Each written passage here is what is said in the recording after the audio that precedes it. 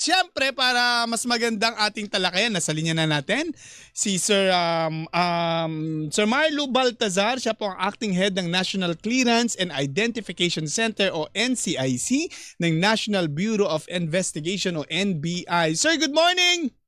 Magandang tanghali sa inyo, Kapusong Toti at Kapusong Nori. At sa lahat ng mga nakikinig at nanonood sa atin ngayon. Magandang tanghali po, sir. Oh, Toots, go ahead. Nagtatanong ka na kanina eh. Baka may hit.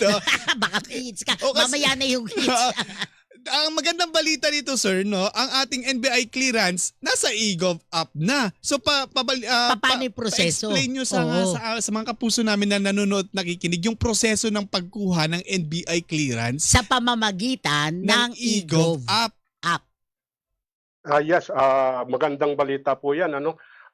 Sa totoo lang po, ito po ay dahil sa direktiba ng ating Presidente, Bongbong Marcos, at sa pangunguna ng aming Direktor, Atty. Melvin Matibag, na dapat ilapit at mas mapadali ang proseso ng NBI clearance ng mga aplikante namin.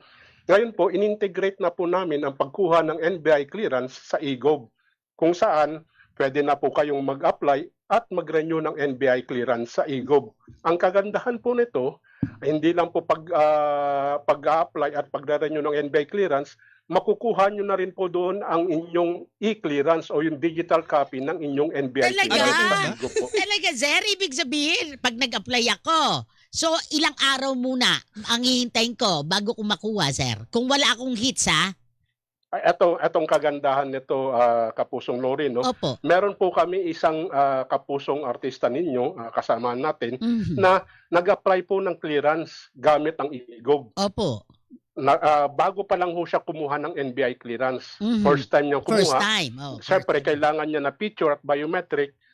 Ang totoo po nito, bago pa po niya nakuha ang kanyang NBI clearance certificate, nakita na po niya sa eGov ang kanyang clearance certificate, yung electronic certificate. Kaya nga tuwang-tuwa po siya nung nakita niya, uy, nandito na po, wala pa yung certificate ko. So, ibig sabihin po, kung wala siyang hit, real time, a-appear na po doon yung clearance ninyo. Pero yung electronic.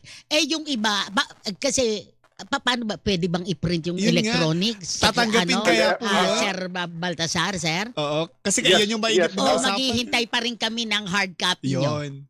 Magandang tanong po yan. Meron po kaming, nag-i-issue pa rin pa kami ng NBI clearance certificate, syempre, kasi yun po yung sinasubmit ng mga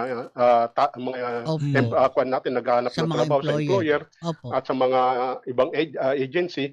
Pero maganda na rin po to kasi meron na po tayong e-clearance. Pwede na rin nila ipakita, pero pwede, yung certificate po kasi, kung lalong-lalo na dun sa magre-renew, yung may clearance na, hindi na nyo kailangan pumunta sa NBI centers. I-deliver na po yung certificate sa bahay ninyo. Yun. Yung pero bayad, at least makikita mo na. So, ang bayad, online din, di ba, no, Mr.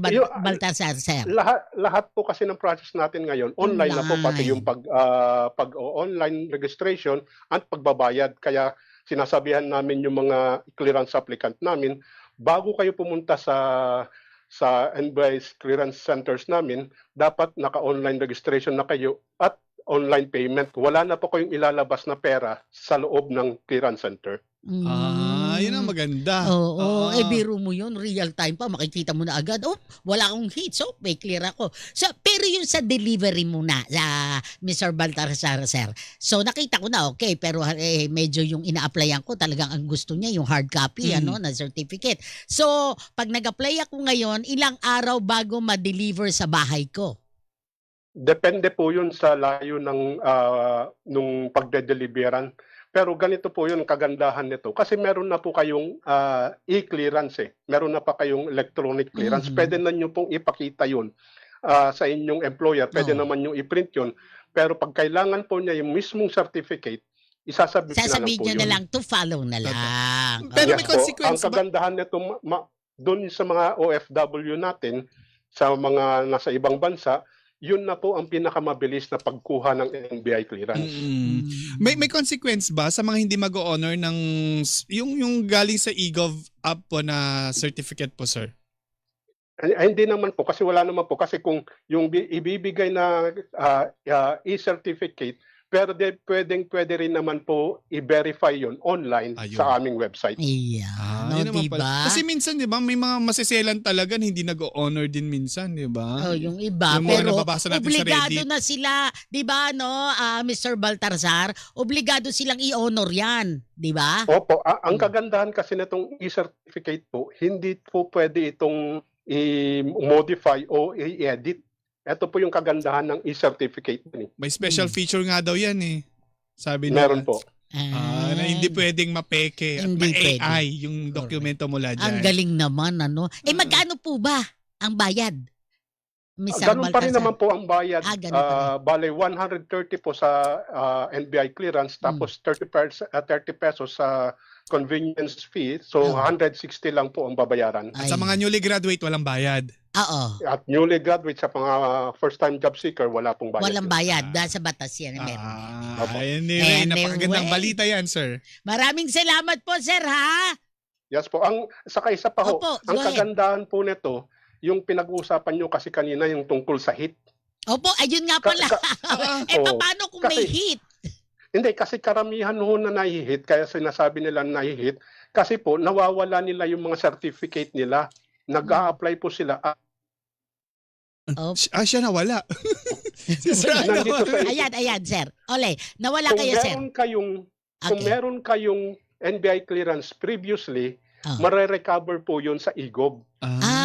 para Automatic na po yun. So, sabihin- magre-renew na lang po kayo ng Yes. NBI clearance Renew ninyo. na lang. Lalong-lalo na po yung mga kumuha nung before 2020, for example, 2019, until now, kung hindi meron kayong lumang clearance noon, i-renew na lang po ninyo sa IGOB. At mare-renew po yun. Makikita nyo na po doon yung mga luma nyong NBI clearance. Pero may validity ba, sir? Yung clearance na yan? Magandang tanong po 6 yan. months ata. 1 year po 1 ang year na. validity One ng year isang na. NBI clearance. Pero ang kagandahan po sa IGOB, kung gusto ng employer ninyo, yung pagbibigyan nyo ng kwan, gusto ko ng mas bago, i-renew lang po nyo sa Renew IGOB, na lang. automatic po, mare-renew yun at ma-update yung record ninyo kung wala naman kayong hit. Wala kayong bagong kasong pumasok sa aming database. Anyway, maraming salamat po, sir. Napakagandang balita po yan. Maraming salamat, sir. Happy Salamat po. weekend. Thank you po. Okay, inyo pong narinig si Ginoong Marlu Baltazar, ang acting head po ng National Clearance and Identification Center ng National Bureau of Investigation o NBI.